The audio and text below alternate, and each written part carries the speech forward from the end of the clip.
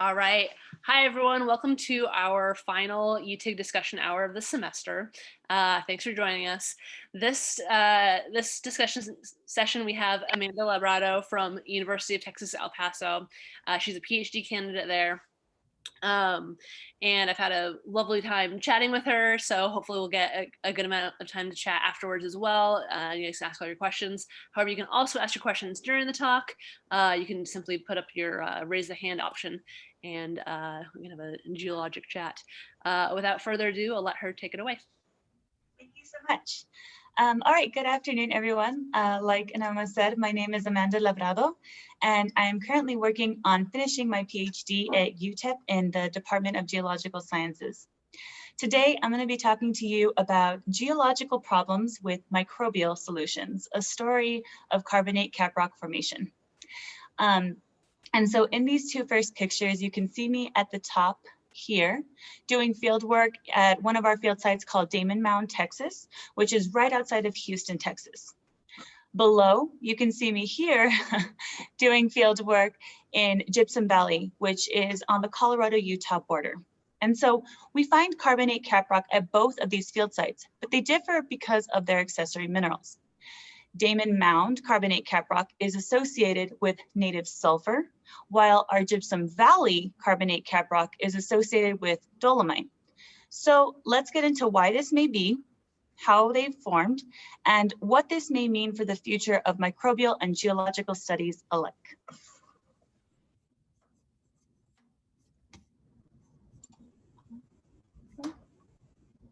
Maybe? Okay, there it goes. Sorry about that. All right, so before I go any further, I'd like to thank my advisor and the PI of the EASY Lab, Dr. Benjamin Brenner, as well as all of the people that helped me in the lab, like Dr. Gail Arnold and a previous master student, Josh Peterson, who are pictured here. We also have undergraduate researchers who help make this work possible, and these are Valeria Molina, Trisha Tellez, and Iliani Robles.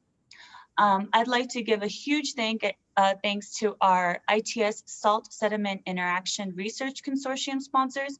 You can see that there's a slew of oil and gas companies that help fund this work. I've also been fortunate enough to get funded through NASA as an Earth and Space Science Fellow and through UTEP as a Natalicio Dissertation Fellow.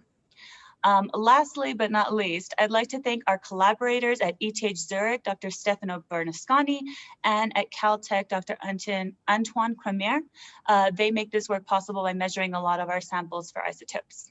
So with that out of the way, let's go ahead and get back to that caprock in question. So what exactly is carbonate caprock? From now on, throughout this presentation, you'll see CCR, and that's exactly what it stands for, carbonate caprock. Well, this is a schematic of a classical salt diapir one might expect to find in the Gulf Coast Salt Dome province, which is where we find our Damon Mound diapir. As buried salt rises adjacent to overlying strata, it leads to a two-step process. So in the first step, halite is preferentially dissolved by these fluids, and some may assume that they are meteoric water coming in and dissolving that halite. Insoluble material like anhydrite or gypsum will go ahead and crest at the top and create our first product, which is an anhydrite and gypsum caprock. The second step is where hydrocarbon migration and microbial sulfate reduction occur. And so this happens as oil enters the system here and allows sulfate reducing bacteria or microbes to convert the anhydrite or gypsum to carbonate. Sometimes the carbonate is also associated with native sulfur deposits. And this is the case for numerous salt domes in the Gulf Coast Salt Dome province. So how exactly does that second step work? Well, the way that this happens is we have a schematic here showing what goes on. And so our methane will be our carbon source, hydrocarbon source, and this could vary. We also have gypsum, that's our sulfate source. It could be anhydrite. We're just simplifying it here. You also know there's magnesium in the system, and I'll get to that later. So as our sulfate-reducing microbes oxidize our carbon and reduce our sulfate, they'll go ahead and produce various things. Our first one, of course, is calcite. And we will have dolomite form if there's magnesium in the system, which we see in Gypsum Valley. But for the other systems, we have sulfide minerals that are produced because the only known product of sulfate-reducing bacteria is sulfide. So this makes sense as to why we find pyrite in these carbonate caprock assemblages. But what's really interesting is that we also get native sulfur. And so we're very curious about how this happens because either you're going from hydrogen sulfide and oxidizing to native sulfur, which is an intermediate oxidized species, or these microbes are taking the sulfate from the gypsum and going directly to native sulfur. What's really great about this system too is that any residual sulfate left will be either trapped in the carbonate lattice as carbonate associated sulfate, or CAS, which is what I'll refer to it from now on, or as different minerals. And so what we're really interested in is how is this sulfide becoming native sulfur? But why does this matter at all if this is happening? Well, oh goodness gracious. We care about carbonate caprock because, as you may remember, much of this research is funded by oil and gas companies. And this is because carbonate caprock can be an oil reservoir, trap, or seal. In the past, Spindletop Dome, which was home to the Lucas Gusher and has those famous pictures of oil spurting out of the ground, started the Texas oil boom. And so present day companies are really interested in them because they can pose drilling hazards, but they're still really important for oil and gas companies. Secondly, these systems can serve as an archive for fluid flow, providing us with insight into salt diapir rise and fluid and oil migration. Third, we want to understand the impacts of sulfide not only with respect to oil, so sulfide can cause oil souring, but also with how microbes deal with sulfide stress. Although sulfate-reducing bacteria are only known to produce sulfide, if the system is closed and enough sulfide accumulates and builds up, the microbes can potentially poison themselves. So we're really curious how they respond to sulfide stress.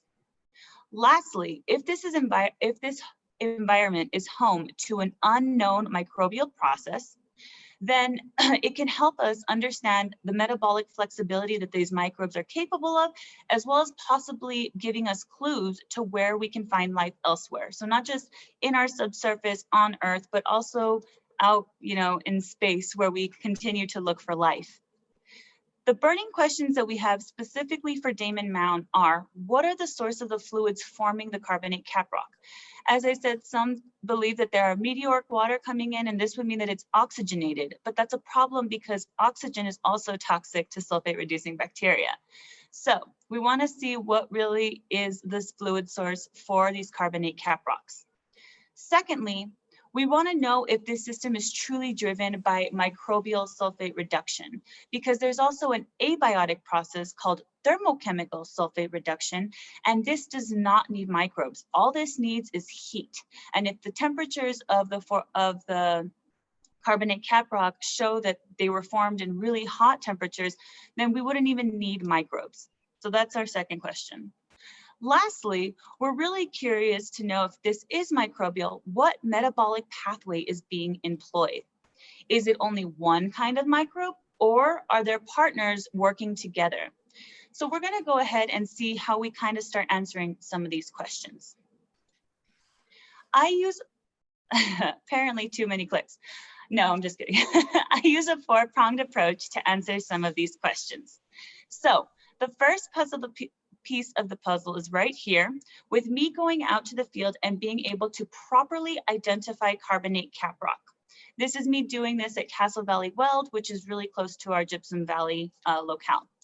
And so this is vital because misidentifying carbonate caprock has caused mapping issues in the past, as well as misunderstanding the environment that the carbonate was formed in. So we really want to get this one solidly down.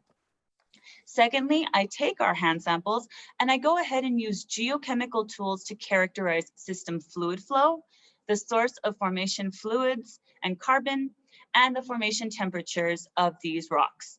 And so I crushed them, and some of our isotope measurements are done in-house at our EASY lab, but a lot of them, especially our clumped isotopes and our carbon and oxygen, are done at UTIG Zurich by Dr. Stefano Bernasconi. And then we were glad and happy enough to have Antoine measure high resolution sulfur isotopes at Caltech. Third, I have been using long-term incubation experiments to understand what the response to high sulfide levels are and whether this might lead to native sulfur production. And so these are our long-term incubation experiments. You can see some different layers in this picture, and it's really cool because they are that you do see the dark and light banding. So we also lastly go ahead and are trying to figure out new ways to detect hidden microbial pathways and the signatures they leave behind with respect to sulfur and oxygen isotopes. This picture is of a chemical procedure I invented to make a double isotopically labeled sulfate that is not commercially available, and it's never been used before. So I'll mainly focus on the results of the first two approaches and explain what we hope to do in the future with the second or the last two. But what results do we have so far? Well, first of all, we were really curious about how hot it really got during formation and where was that fluid from. So we were able to get carbon clumped isotope data. And in this plot here, you can see that we have the oxygen isotope composition of the formation fluid. And then on our x-axis, we have the carbon isotope composition of the carbonates. And so we have different types of carbonate caprock. We have our dark oily samples that are in our red pentagons. And the reason that I called them dark oily was because during cast extraction, they actually created an oil film on our samples. And so I thought that was really neat. And it only happened for a few of them. We have yellow-white coarse veins in blue diamonds. Then we have our native sulfur carbonates in yellow circles, and these carbonates actually held pieces of native sulfur crystals or little chunks. And then we have our mixed carbonates, which kind of have a little bit of everything, and they are represented by squares.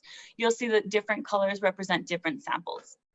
So what we found from this clumped isotope data was that our fluid formation, our formation water, was basinal. It's not oxygenated. And the reason that we can tell this is because if you look at this gray line, this indicates normal or the difference between meteoric oxygen ranges and then ranges that are from basinal sources. And so all of our samples lie within that range, except for our one native sulfur sample. We also have these coarse veins in very meteoric signatures or ranges, and so I'll explain that later. But don't forget that it will be important. So what we also see is that our carbon signatures go from being isotopically light to getting lighter as we go from our dark oily samples to our mixed carbonates. The temperatures are next to all of our samples, and they range from 37 degrees to 83 degrees Celsius, and this is for all of the carbonates. Our veins, you can see, are at a temperature of 7 degrees, once again, kind of an outlier. The one sample that doesn't really lie within our trend is this MX15, and it's a terribly chewed up sample. It's been really interesting to see how much of an outlier it was, but throughout this presentation, you'll notice that I kind of ignore MX015.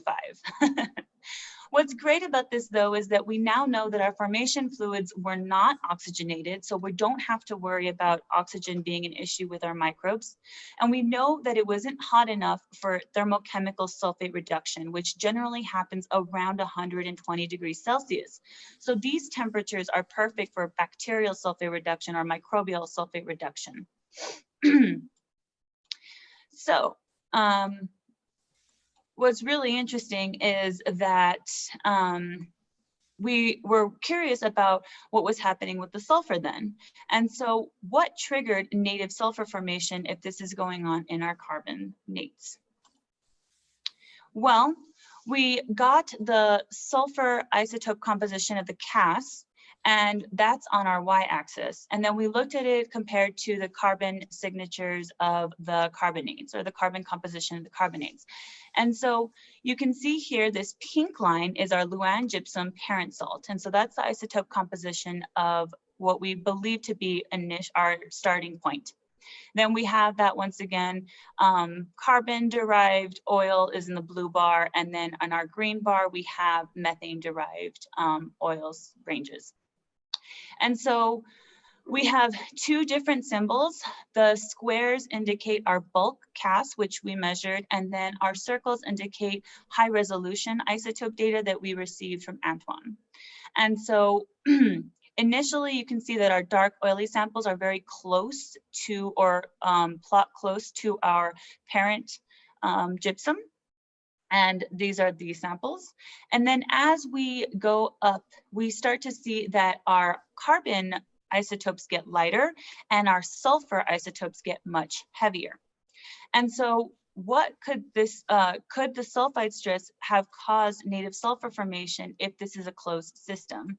So we know that this trend of increasingly lighter carbon signatures and heavier sulfur signatures could be due to either larger sulfur isotope fractionation because of sulfur substrate change and lower temperatures, or it could be due to switching from an unrestricted to a restricted sulfur pool. So we were curious about what the rocks look like and if they could clue us into what was happening with our isotopes, because we saw these trends, but we really wanted to be able to answer them. So we went back to our rocks and we looked at the stages of carbonate caprock formation here at Damon Mound.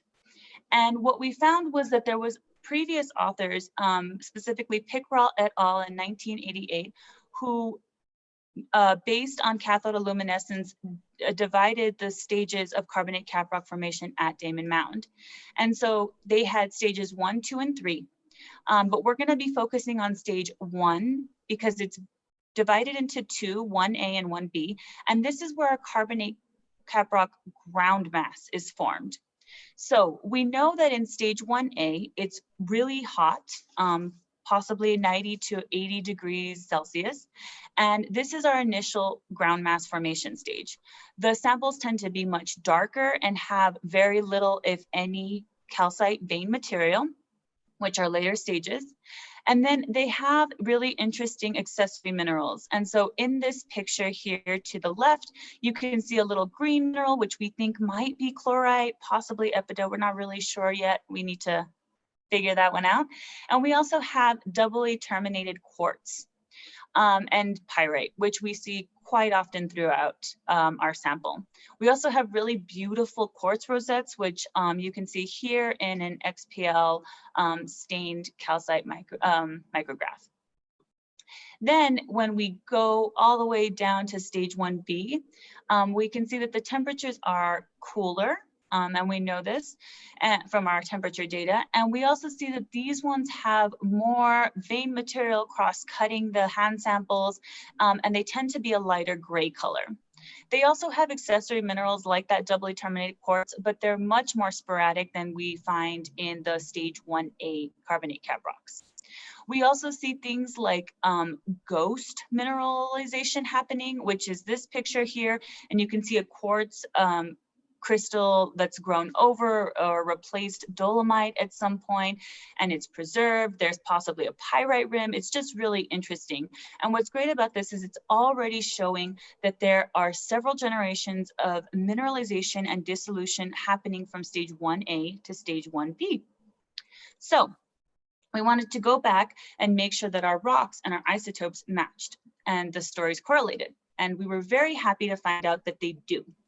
So in our oxygen versus carbon plot, you can see that stage 1A goes to stage 1B, and that there is that different oil-derived potentially oil-derived carbon being used here to more oil and thermogenic methane carbon being used up here in stage 1B. So our carbon isotopes are getting lighter. Then, if we look at our sulfur versus carbon plot over here, we can see that from our dark oily samples, we're going from stage 1A, and then we trend up with our lighter carbon and heavier sulfur isotopes to stage 1B. And so this is really important because it tells us that that large isotope fractionation is due to lower temperatures and a substrate shift versus being a closed to open system. So we know that this is a restricted system with respect to fluid flow, and that shift is happening because of the temperature change and the substrate shift. So if this is the case, how are our microbes possibly doing this? What's really going on, or what could be really going on with our microbes? Well, this leads us to the hunt for the metabolic pathway that we're really interested in. And so an accessory mineral that I didn't mention that we found was howrite. And we found this in our thin sections. If you look here, you'll notice that it's a manganese sulfide mineral. And what's really interesting is that I went back and looked and found them in our stage 1B samples. And they're very curious minerals because they're formed in these little soccer ball shapes. If you look at this one's a really great representation of it. And so it's not just the circles, but we also saw that in reflected light, they shine differently than pyrite. And so we were really happy to find them. And what's interesting is that the reason howrite forms is because microbes in this carbonate caprock assemblage live by oxidizing our oil and gas to carbon dioxide potentially and reducing the sulfate to stinky sulfide. So as the sulfide reacts with iron to pyrite, which we saw in previous thin sections, at some point the system will run out of that iron and it's no longer able to form our pyrite. So this means that our sulfide can accumulate. Because it's very hot in stage 1A, large quantities of the sulfide will go into the gas phase. And so this will join the carbon dioxide. As it gets cooler from stage 1A to stage 1B, hydrogen sulfide and carbon dioxide's solubility increases in the water, and their concentrations will just increase and increase and increase. As a consequence, you'll form carbonic acid that might even start to dissolve some of that stage 1A ground mass that you had formed. And the manganese that's in the system will start to team up with the sulfide instead of the carbonate. So at some point during this cooling, this really awesome thing happens. Sulfide and carbon dioxide concentrations have increased so much that a reaction that's usually energetically not favorable starts to yield energy.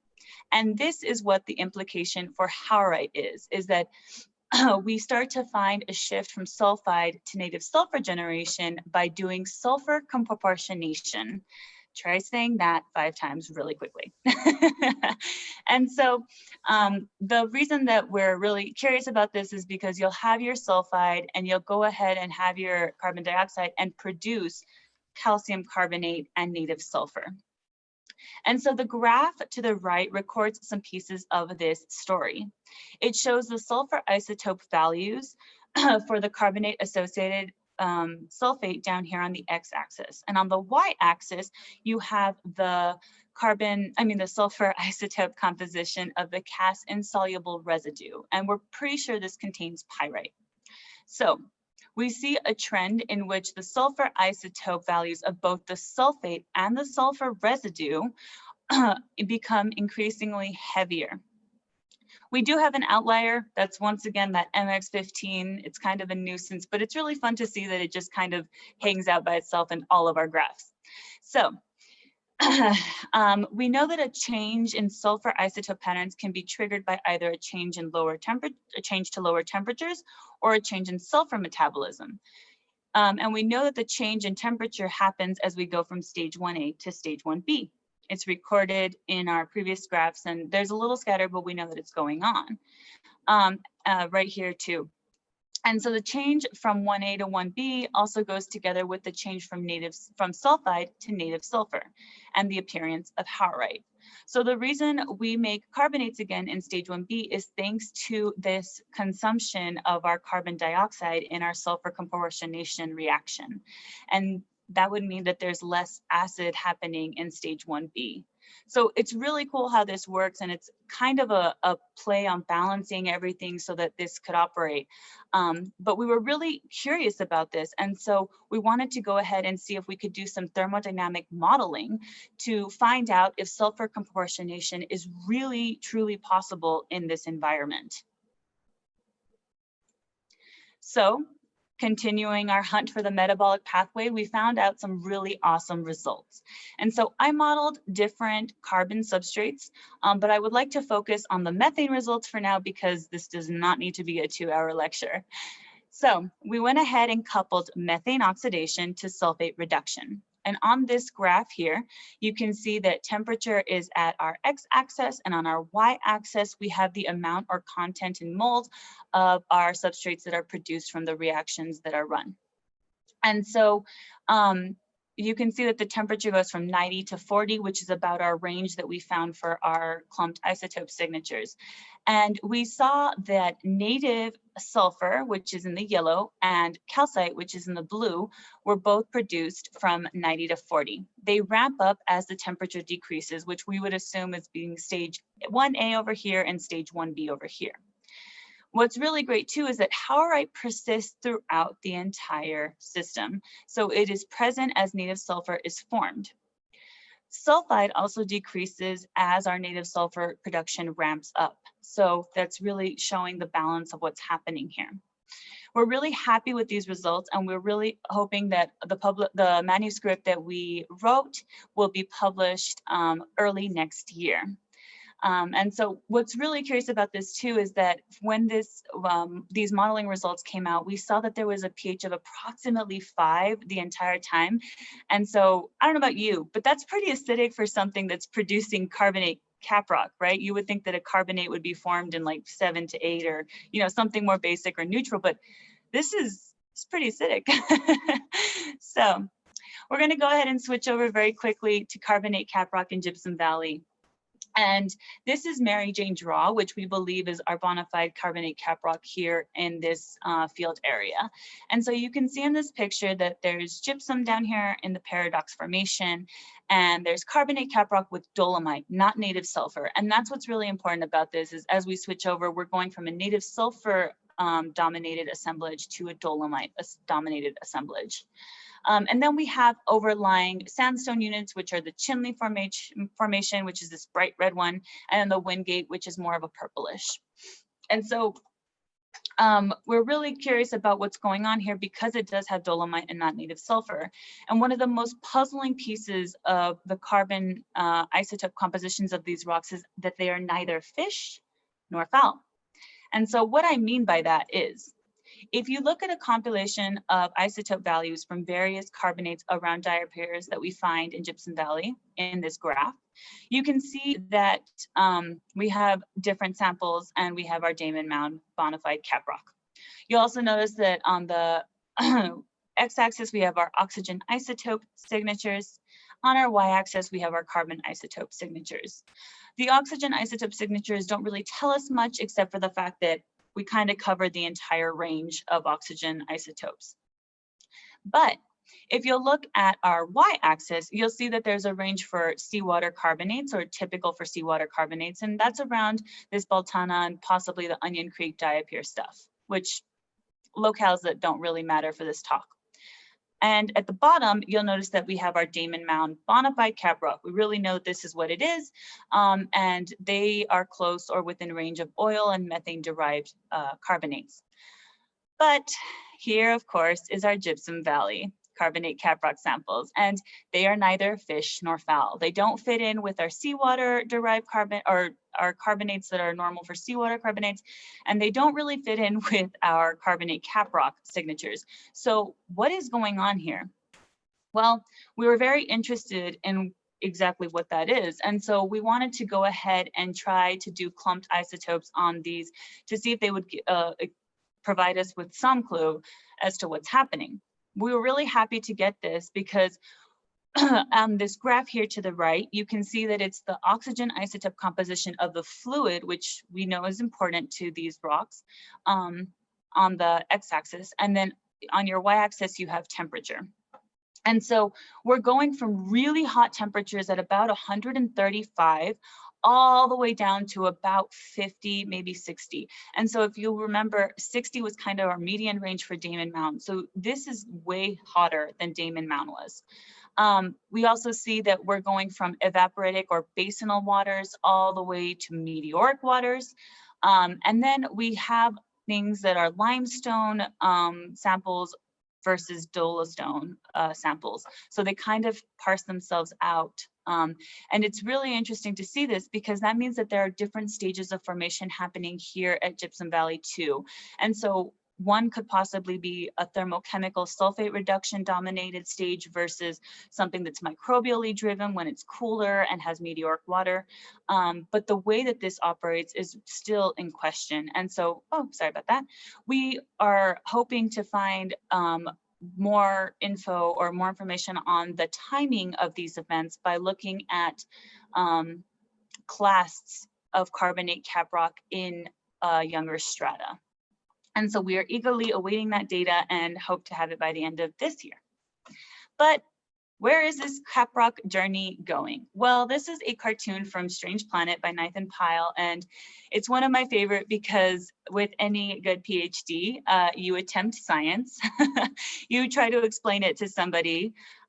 You tell them that you've formed this idea, and then you discover that you're usually wrong.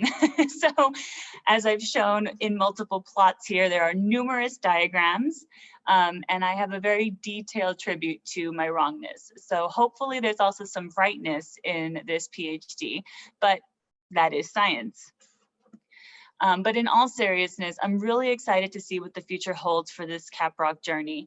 We believe that there's enormous potential in the accessory minerals, specifically at Damon Mound, not just with their preservation, but also if these minerals have fluid inclusions, what their isotope composition is, and what can they tell us about formation conditions, as well as that preservation. We're also looking, or where we have that renewed hunt for carbonate caprock clasts in Gypsum Valley. We know that the younger overlying strata, specifically the Chinle and Wingate formations, have conglomerates, and we're looking to see if carbonate caprock clasts are in them. If so, then we might be able to constrain the timing of different events, especially if, you know, only the hotter samples or the hotter dolostones are in our class, or we don't have any of the cooler ones. We can kind of parse that out. And so we're really curious about what these clastic formations have. We also want to see if they have any accessory minerals like doubly terminated quartz or you know, quartz rosettes that we can use to help us figure out what those different stages were. And lastly, we're really interested, or I'm really interested in the microbial culturing and isotope labeling work. Because of the pandemic, lab work has been really hard. And so I had started some vial cultures that you can see here with a robust sulfate reducing bacteria to investigate those new ways to identify how they could function. And so I was trying to use that not commercially available double isotopically labeled sulfate. But we're hoping to continue those experiments, and maybe I can take it into a postdoc. So we also have long-term incubation experiments, and these are some really awesome silver bags that have sulfate reducing bacteria dominated microbial communities inside them, and they expand and contract on their own. No one is degassing them, no one touches them. They are super stinky when they're nice and puffed out, and then they squish back down. So we know there are microbes in there, we know they're doing things, and I would really love to find out what they're doing. And in the long-term incubation experiments as well in our glass jars. So with that, I will leave you with another wonderful cartoon from Nathan and Strange Planet. And if you have any questions, I will take them now. Thank you all so much. Thank you, Amanda. That was great. Yeah, so if you guys have any questions, you can feel free to unmute yourselves and ask them out. You can type them in the chat or raise your hand. Any of that works.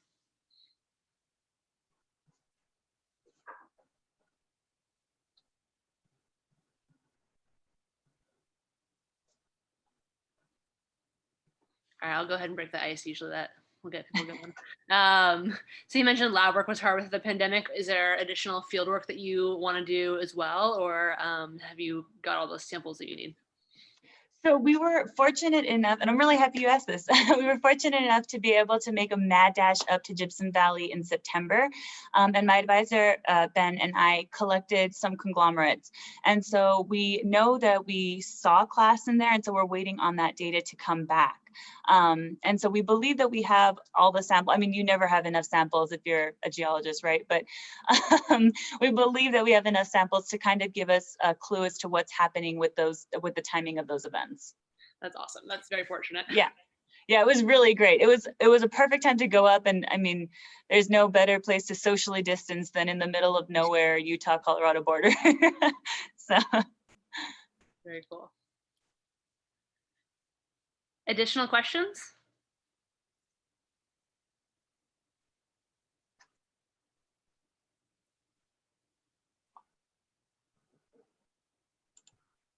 Okay.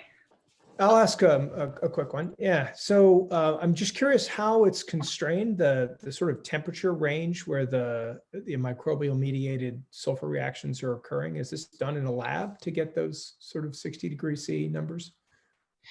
No, so the temperatures that we are getting are from the rocks. So they're not from the microbes, but previous people have modeled and also shown that these are the temperatures that are normal for microbes.